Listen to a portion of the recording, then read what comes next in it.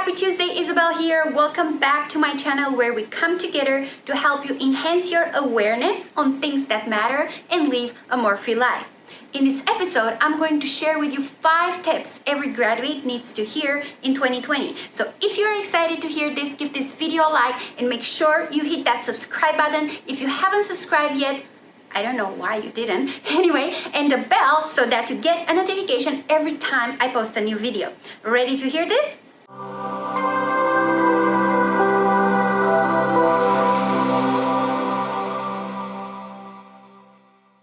So, you just graduated. Now what? Graduation is over. Finally, the world is at your feet. You can do anything you want to do. Now only one question remains. What do you want to do? With infinite possibilities and so many choices, how do you decide? Maybe nothing really excites you, maybe lots of different things interest you, but you're really not sure if you want to do them for the rest of your life. Don't worry, you're not the only one. As a graduate student myself, who has been through 4 years of law school and 2 master's degrees, I know you can call me the eternal student. I've been through all. Spending all that money and time on college brought you to this moment.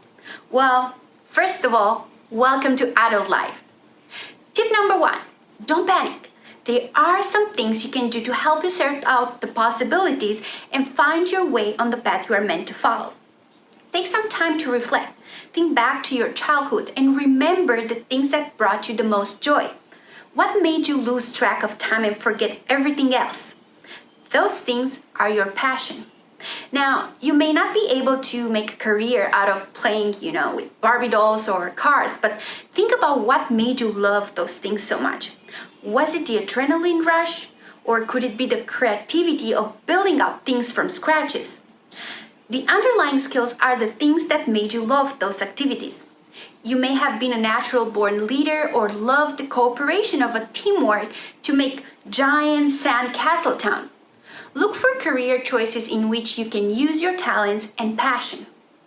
Tip number 2, talk to people who you think have a fascinating job. Ask them about their days. What do they love most about their job?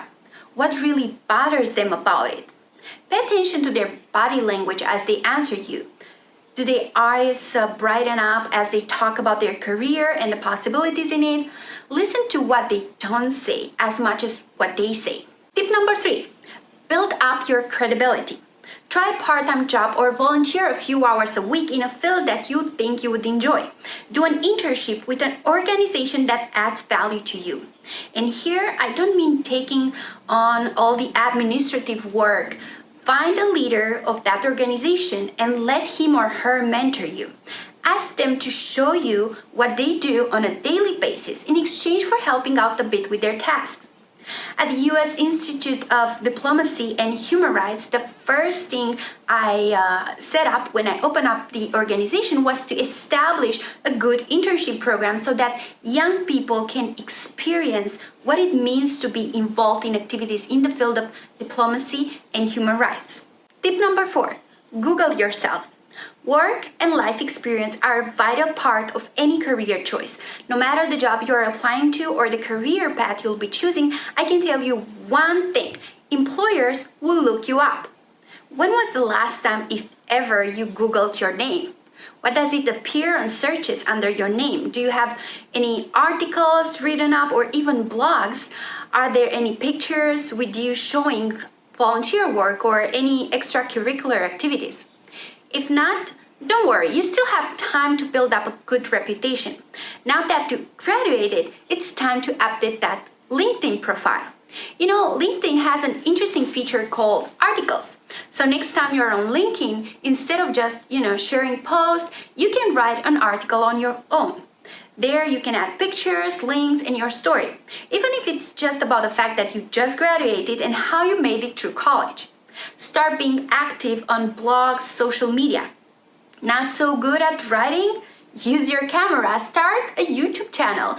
Share your skills and passion with the world. There are so many tools out there that the sky's the limit.